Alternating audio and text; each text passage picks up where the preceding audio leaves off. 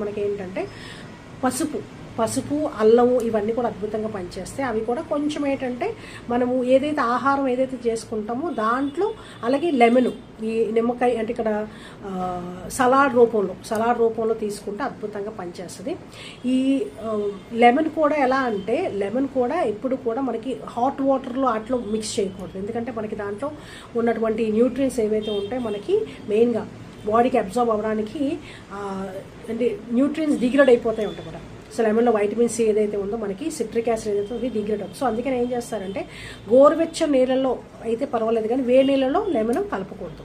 So అలాగే ఏంటంటే ఏదైతే తీసుకుంటారో ఫుడ్స్ ఏదైతే తీసుకుంటారో అది తినేటప్పుడు కూడా మ్యాక్సిమం బాగా నవిలి తినడం.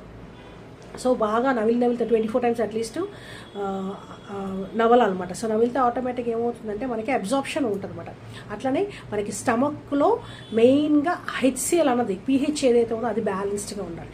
సో పీహెచ్ బ్యాలెన్స్ అయ్యేటువంటి ఫుడ్స్ కూడా చాలా ఇంపార్టెంట్. ఇక్కడ ఏంటంటే ఆల్కలైట్ బ్యాలెన్స్ అయ్యేటువంటి ఫుడ్స్.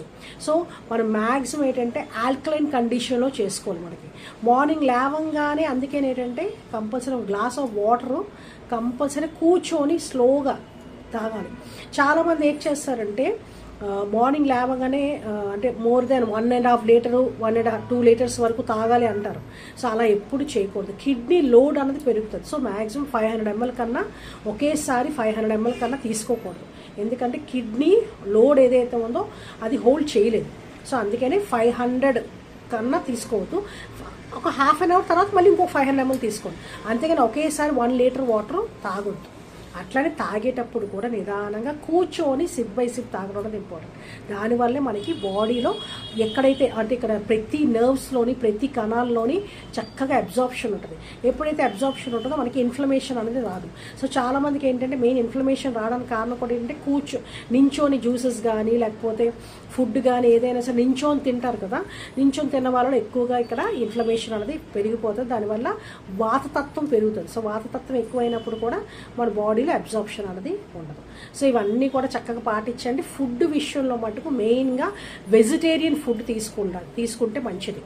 ఎందుకంటే నాన్ వెజిటేరియన్ ఫుడ్ ఏదైతే తీసుకుంటాం దాంట్లో ఎక్కువ పర్సంటేజ్ ఏంటంటే యూరిక్ యాసిడ్ ఇంక్రీజ్ అవ్వడం వల్ల చాలామందికి కిడ్నీలో ప్రాబ్లమ్స్ వస్తాయి. సో యూరిక్ యాసిడ్ ఎక్కువైపోయినప్పుడు మెయిన్గా గోయిట్ అంటారు. అలాగే ఇన్ఫ్లమేషన్ కాళ్ళ స్వెల్లింగ్స్ అవి అయిపోయి చాలా ఇబ్బంది పడతారు. కిడ్నీ డ్యామేజ్ అన్నది కూడా ఎక్కువ అవ్వడానికి ఛాన్సెస్ ఉంటాయి.